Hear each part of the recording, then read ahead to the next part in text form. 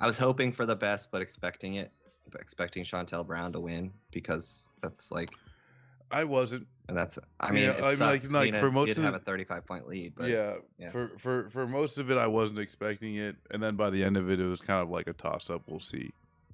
Um, and I think it was like around like 4,000 votes, which, you know, not a lot, you know, during a special election. Yeah, you know, man, but like the amount, like, I don't know. At the end of the fucking day,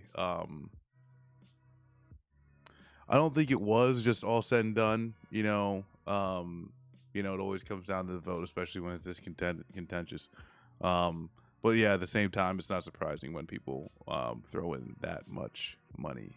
And thank you, Krista Flo and And Horse Dick. HorseDick.mpeg. Appreciate Oh, yeah. y'all. There's that's where like it's an off election, right? I think Nina Turner could feasibly run in 2022 and win, and I think that's going to be a plan, right? It's all she could. That was, I mean, this is essentially the start of her 2022 campaign. Like she can continue this route, and I think she is, and I hope she is. So, because guess what, Chantel Brown is up for re-election in 2022, which is a year and like 3 months, you know? Yeah. And Banner's like the other 11 candidates. I mean, like, I don't know, you know, because like with that type of shit, it's like the people who are for Nina, you know, there's not a lot of people who are like, oh, you know, like, I don't know. Yeah. But at the end of the day, what happens. You know, and like, I think for this in like election in Ohio, and there's like, I don't know how many states there are, but there's a sore loser law or sore loser provision, whatever you want to call it. So basically, if you run in a primary for like in a party, you can't run in the general election if you didn't win the primary, right? So it's like there's no sore loser. I think though that like for people who can't or don't have that type of restriction, I think absolutely should, right? Like start, like say, like, yeah, I would have run as a Democrat, lose the primary, just go like, all right, I'm running as independent, and like, or just say like, listen, until the Democrat promises to, you know, housing for all, Medicare for all, free college and state, you know, free state college, and you know, and job trade, unless they say, hey, they're doing all these things, then I'm going to stay in the race as an independent, and like just go from that, because like they got to know like you're not going to get any love from the Democratic Party, even if you win the primary, right? You could look at AOC and the rest of them. And so you might as well just go for it, right? And like actually start fucking going for it. But that might be a hard sell for some people. Yep. We'll see. But the general election is coming up soon, so like they'll get that over with, and whoever wins that is up for re-election in a year. So that's where 2022 people show up. It's a whole different ball game when on election year, right? Opposed to a special election. Special elections always lead to lower turnout, and that's just how it is. But I don't. I mean, like that's where you gotta think too. Is like bigger turnout, you know, means a whole lot of more of like everybody. Yeah. And that's what it kind of like is like really sucks is about like with this election having someone like Nina Turner who can get a whole lot of support on her own. The Democrats have to spend millions and millions and millions to catch up with that, and they did. Yeah, who knows how much they got to spend in order to get somebody in. Yeah.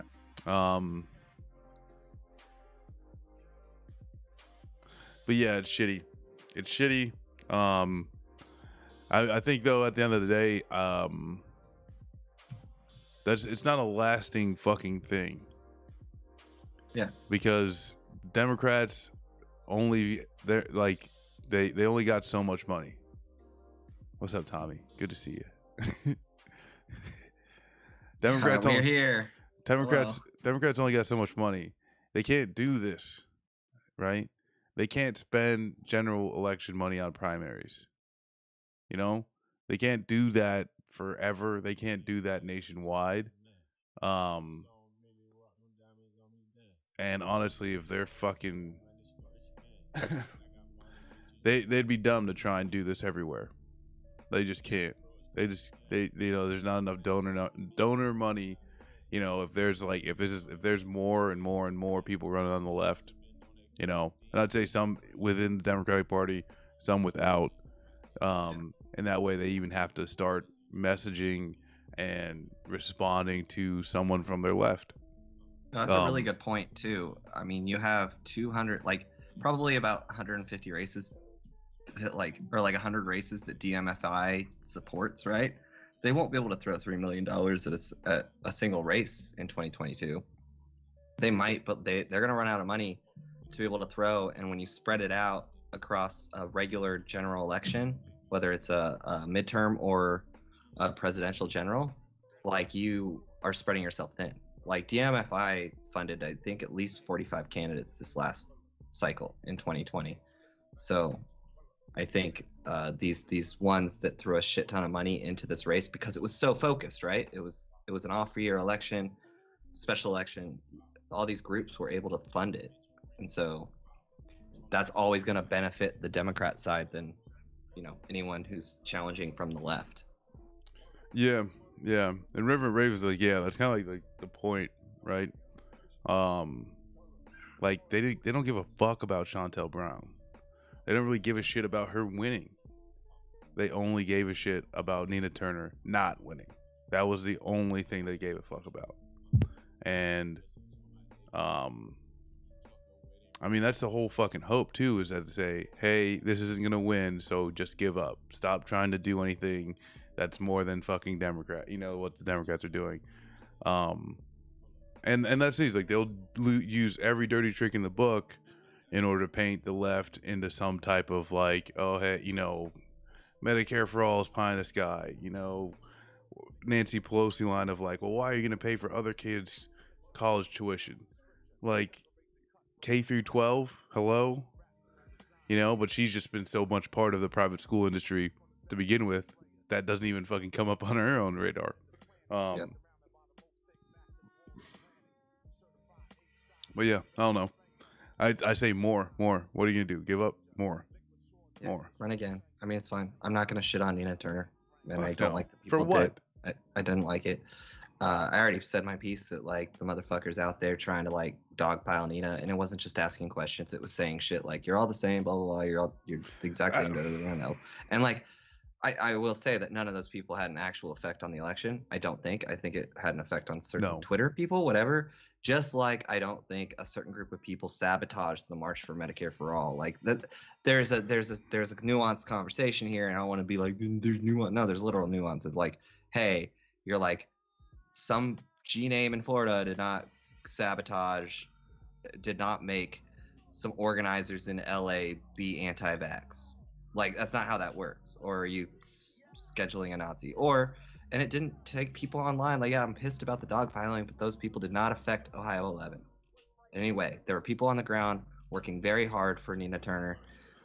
Just sucks because there's only so much you can do when money controls entire elections.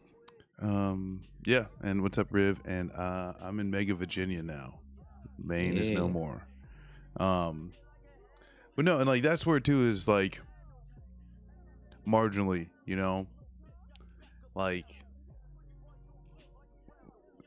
maybe six to 12 volunteers, that could that would have phone banked or done, or texted or some shit like that. Yeah, at the end of the day, this is largely some online fucking discourse shit that doesn't have real effect. Does it hurt a little bit? Maybe, probably, sure. I don't know. Whatever the fuck. I mean, if you're a good organizer, you can overcome that, whatever Twitter shit is. You just ignore it and you move forward instead of going after people and trying to just fucking lean in. Just be yeah, I mean, and this is where too is I just don't understand. I just take it all as not a lot of it just not serious, and not hey, you want to organize a march, for something you give a fuck about. Cool, great. As far as the